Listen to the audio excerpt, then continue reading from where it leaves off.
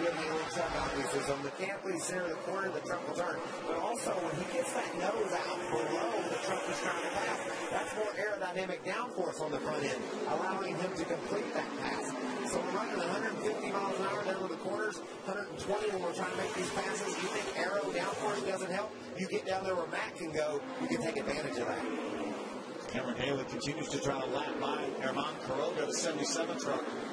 Herman is not making it easy for Cameron Haley. And again, a reminder, Quiroga is a lap down. Quiroga's currently running in 14th, one lap down.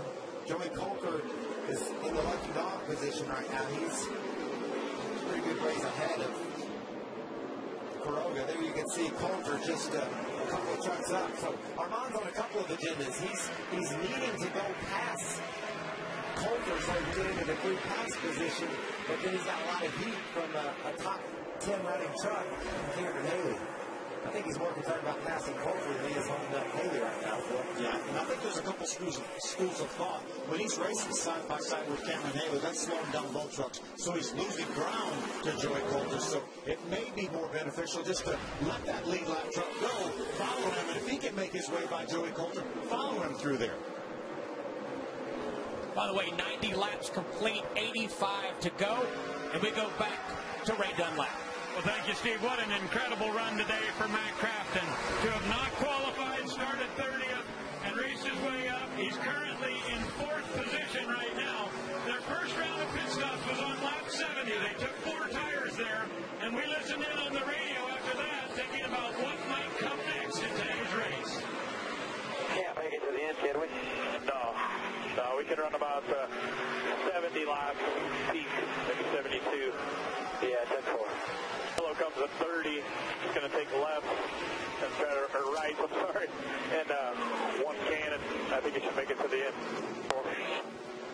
We have seen so many of the recent Sprint Cup Series races here at New Hampshire take 4 tires during the middle of the race, but at the end, a strategy call, maybe going 2 tires, get some track position, but I think most of the guys are thinking that if we get into just about 30 laps to go after our final pit stop. Yeah, if this race goes green, we know they can run about 70, maybe 70 couple laps. So they would pit somewhere around lap 130 to 140. And then I think they're exactly right. 2 tires and 1 can of gas. Spend a minimal time on pit road, and that's going to be the ticket to winning here, I think. There's your leader, Cole Custer. He has a 5.5 second lead over second place Ryan Blaney. What a run. He's stretching it out, isn't he? Got his legs under him. Yeah, he does. Hard to believe he's 16 years old. Getting it done. What are you doing here, driving as far as up? Just 75 to go.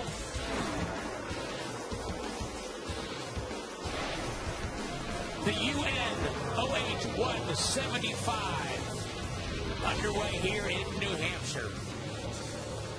There's your leader.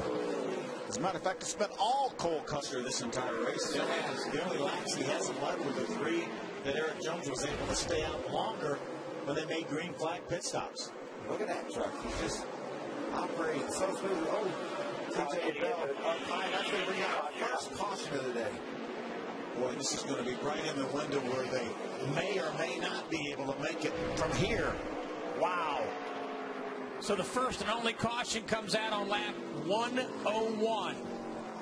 By the time the field gets slowed down, gets behind the pace truck, we'll probably have about 72 laps to go.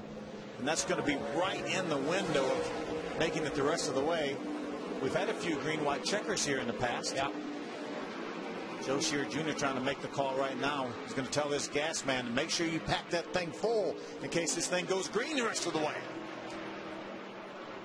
You got to come, don't you, Phil? Oh, yeah, we're going to come, yeah. for sure. We're going to come. We're going to get 4 tires and gas, I believe. I believe we'll get 4 here because we're going to try to make it all the way to the finish.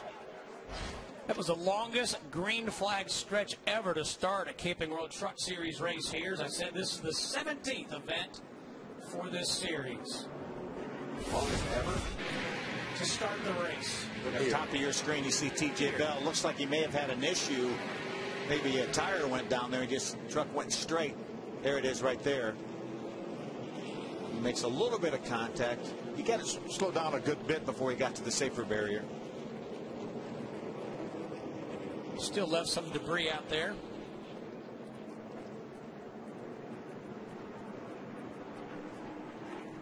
Brennan Newberry will receive the free pass and get back on the lead lap. Joey Coulter was closed in on Newberry. Has a fast truck. I think if Coulter could get back on the lead lap, he can contend for a top 5 spot. We saw that accident, that run-in he had earlier in the race, caused him to have a flat with John Hunter Nemechek. Nemechek remains on the lead lap. He's in the 11th spot. Coulter, remember, he was the first truck to pit because of that flat left front tire, so he's gone almost 60 laps since his pit stop, so he really couldn't run but about 10 or 15 more laps. Yeah, Coulter hit pit road on lap 44, currently working lap 102. Let's go to Hermie Sadler. Steve, Eric Jones will be the first of the leaders on Main of pit road to hit his pit box. He's complaining of about a 3 tight on a scale of 1 to 10. He'll take 4 tires, fuel, and air pressure adjustment only. Ray. Ryan Blaney said he's got to be better on exit. He's a little bit tight at the end of the run. Chad Kendrick, his crew chief, said we'll free you up just a little bit. You see them making an adjustment in the rear. That's in the center of your screen. Matt Crafton at the bottom said he needs to be better at the early part of the run. We see Bubba Wallace getting away from his pit quickly, so a couple of guys have made strategy moves here. The first off of pit road will be the 00. Cole Custer out front. They packed that thing full of fuel in case we go green to the end. See, the only truck, the 31, of Ben Kennedy with 2 tires. A little bit of strategy move. We'll see how it plays out for Kennedy. Custer holds serve.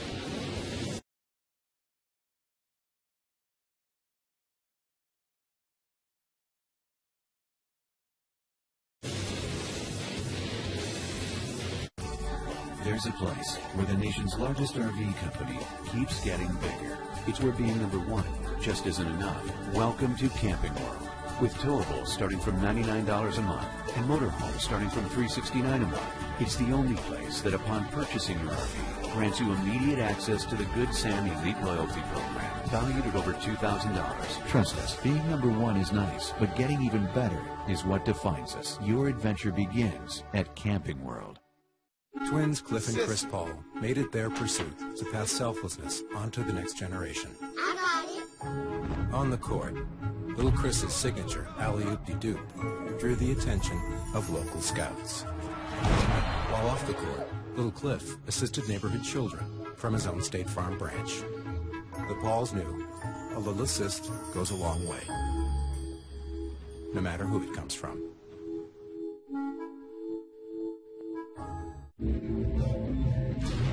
Be one with it, and it will be one with you. Be one with your tires, and the road will be one with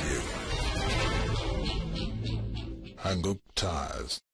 KFC $5 fill-up. Couple pieces of chicken, gigantic mashed potatoes. A biscuit and a cookie? And a drink.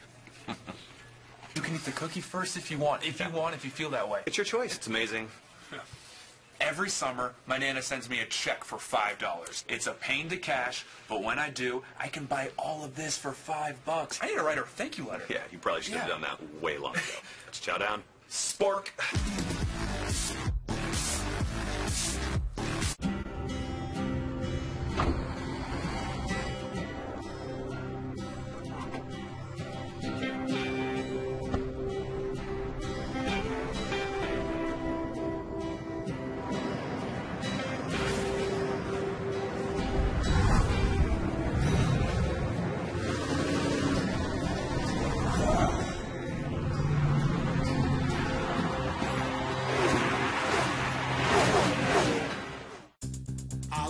Big crust and I cannot lie. Other crust lovers can't deny. When a fat bread comes out with a big bubble crust and fillings piled high, I get stuffed. At Macaroni Grill, fat breads are on the rise, starting at only $7. All right, pit stops are complete. Light is off atop the pace truck. That means we're going to go back to green flag racing with 70 laps remaining. Ready, green. Good start by Custer. Got a push from Bubba Wallace down into turn 1. Eric Jones to the inside. Jones took a look, but he just could not hang there on the bottom. Look at Ben Kennedy on that two-tire strategy stop. Matt Crafton is going to take him through line on turn 2. And we should know Kennedy, better drivers on the lead lap. I like that call by Burton. Gives him some chance here, 30 laps or so of cushion to run before he's going to need some gas. And look at this intense action. Things are just going to continue to heat up on these restarts. Could get a quick caution for Burton. Remember, Ryan Blaney came in the pits running up front there. Now he's back behind Johnny Sauter, battling with him around the 10th spot.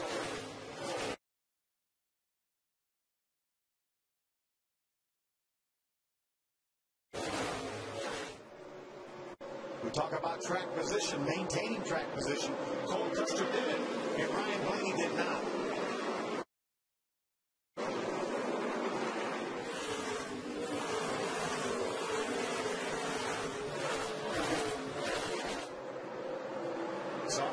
Makers with the top back, but once he got to about 4th, he kind of stalled out a little bit. It gets harder to pass these guys the closer you get to the front, and the more similar they are to your speed. Crafton said, now that I've caught him, I'm tight on exit. Gets his truck up behind another truck, and he just can't get that turn. That was working so well for him early in the run. But I do like the way that truck looks. He's able to just tuck down and look. He's got a lot of heat right on his tailgate, though.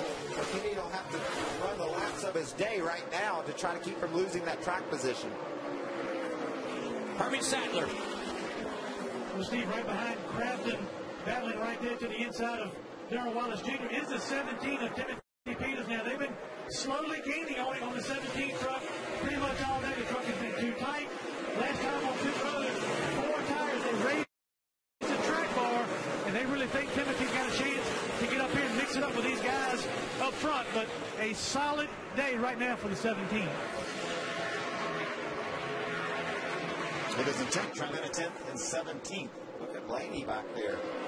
After running second for a lot of this race early, after that pit stop, he finds himself in 10th. And a lot of trucks to go through if he thinks he's going to win this race. On board with John Hunter Nemechek, who rides 11th. That was Reddick steps out. Yeah, Reddick gets to the bottom of Kennedy. Lost off the traffic that Kennedy had behind him. Look at those trucks stacked up, wanting to take that spot away from Ben. Doing a great job of hanging in there, but Tyler to the inside looks like other trucks are going to follow. And this is the time when you're on the patience. We have 62 laps to go right here, and they know that the leaders are getting away. You cannot afford to be patient here. This is when you may have to use that bumper if you need to. So, Cameron Haley jumped to the inside. John Hunter Nemechek driving to the inside of Ryan Blaney, hard into the corner. He's able to keep his truck under control. Absolutely. But their big problem was on the pit stop. They came in running third, went out 10th or 11th, because when they went to pull the right rear tire out away, it got hung up in the wheel well. So that cost them a second or two, and that's all it took for them to lose the track position. Remember, he reported to his crew chief, Chad Kendrick, I'm so tight here, you're going to have to fix me. Well, right now he's loose. They went a little bit over the edge. Jumped the fence, as it were. Jumped the cushion. Yeah. And that could come to him. We'll see trucks here at Loudon tighten up as the run goes. Get a little bit of air pressure in that right front tire. Stiffens up that corner a bit. Michael. Patience are not important. we don't want any patience. We want to go. Cole Custer has led 113 laps. He did so from the pole position. We'll be right back.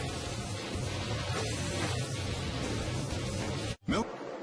Cole Custer continues to lead. 122 laps in the books. 53 remaining. He's led all but 3 laps. What a dominating performance by Cole Custer and that Haas Automation team. And what an amazing performance by Matt Crafton, who started from the rear in at number 88.